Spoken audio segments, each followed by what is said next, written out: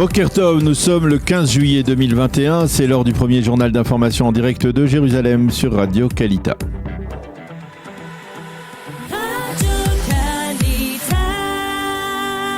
Et oui, direction donc nos studios à Jérusalem avec notre correspondant Daniel Haïk. Bonjour Daniel, et à la une de l'actualité, on reparle ce matin de la crise sanitaire, le rebond épidémique dans le pays, sujet sur lequel s'est exprimé hier après-midi lors d'une conférence de presse le Premier ministre israélien Naftali Bennett. Oui, Boker Tov Ilana, dans son intervention, Naftali Bennett a affirmé que sa politique sera plus de transparence, moins de confinement. Le confinement ne sera que notre dernier recours, a-t-il dit, avant d'affirmer que l'évolution de la situation sur le plan sanitaire dépendra avant tout des Israéliens eux-mêmes, mais aussi de l'action du gouvernement. Nous allons ouvrir au lieu de fermer, a précisé Naftali Bennett, avant d'appeler la population à porter le masque dans les sites fermés, à aller se faire vacciner, en particulier pour les jeunes de 12 à 16 ans, et à reprendre les gestes barrières qui avaient été peut-être abandonnés au cours des derniers mois. Si nous respectons ces règles, eh bien ce rebond peut être maîtrisé dans 5 semaines, a affirmé Naftali Bennett. Dans cette intervention, le Premier ministre a expliqué que sa politique se distinguait très nettement de celle de son prédécesseur du gouvernement de Binyamin Netanyahou. Mais ce n'est pas la seule intervention du Premier ministre hier, Daniel. Oui, en effet, quelques heures plus tard, Naftali Bennett s'est exprimé devant des officiers supérieurs qui terminaient un cours à l'école de guerre israélienne. Il leur a expliqué qu'Israël avait considérablement amélioré ses capacités militaires depuis la fin de la Seconde Guerre du Liban il y a 15 ans et qu'il était aujourd'hui capable de faire face aux menaces du Hezbollah. Selon lui, le Liban est au bord de l'effondrement en raison de l'influence de l'Iran dans les affaires du pays du Cèdre. Ceci étant, au sein de Tzahal, on a affirmé hier qu'en cas de conflit, le mouvement chiite, le Hezbollah, sera capable de tirer jusqu'à 3000 roquettes et missiles par jour.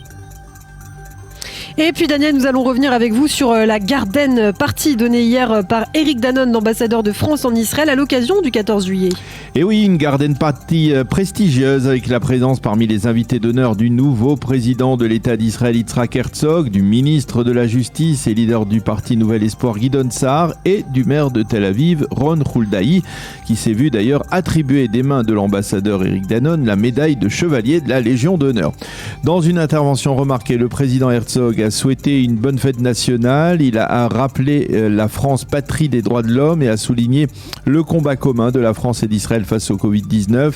Yitzhak Herzog a remercié également le président Macron pour les mots chaleureux qu'il lui a adressés après son élection la semaine dernière. « Je suis impatient de le rencontrer pour travailler au renforcement des relations entre nos deux pays », a déclaré le président israélien.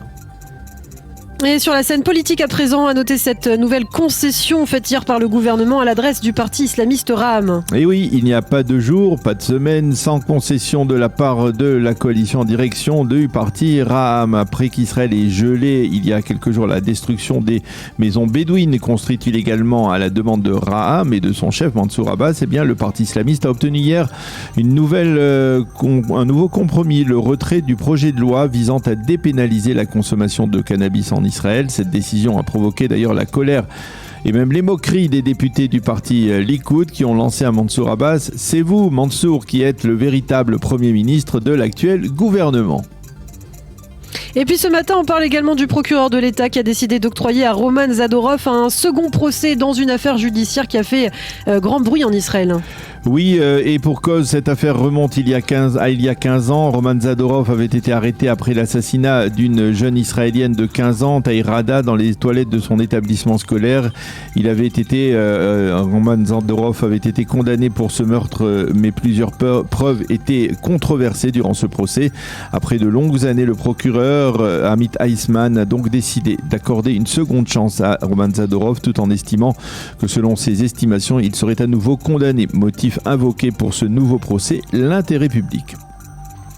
Et puis enfin, pour terminer, retour à la politique, Daniel, la Knesset qui a repoussé la demande d'une commission d'enquête qui étudierait les carences sociales et la forte délinquance dans la communauté arabe israélienne. Oui, cette proposition a été déposée par la liste arabe unifiée. Elle a été soutenue par le Likoud. Des députés de Ra'am et de Meretz ont voté contre. Et enfin, la coalition, il faut le savoir, s'est opposée hier à l'attribution d'allocations de soutien aux familles des victimes de la catastrophe de Méron.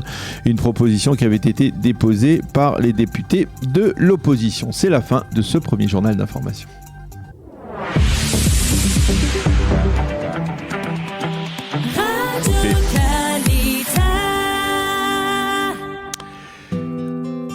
La météo, pour terminer ce premier journal d'information, il fera de plus en plus chaud et sec sur l'ensemble du territoire israélien et cela va aller en augmentant de jour en jour au moins jusqu'à Tisha B'Av dimanche et certains affirment que ce temps chaud et cette canicule devrait se prolonger jusqu'à la fin de la semaine prochaine. Les températures prévues aujourd'hui, 32 degrés à Jérusalem, 31 à Tel Aviv et 42 degrés à Eilat.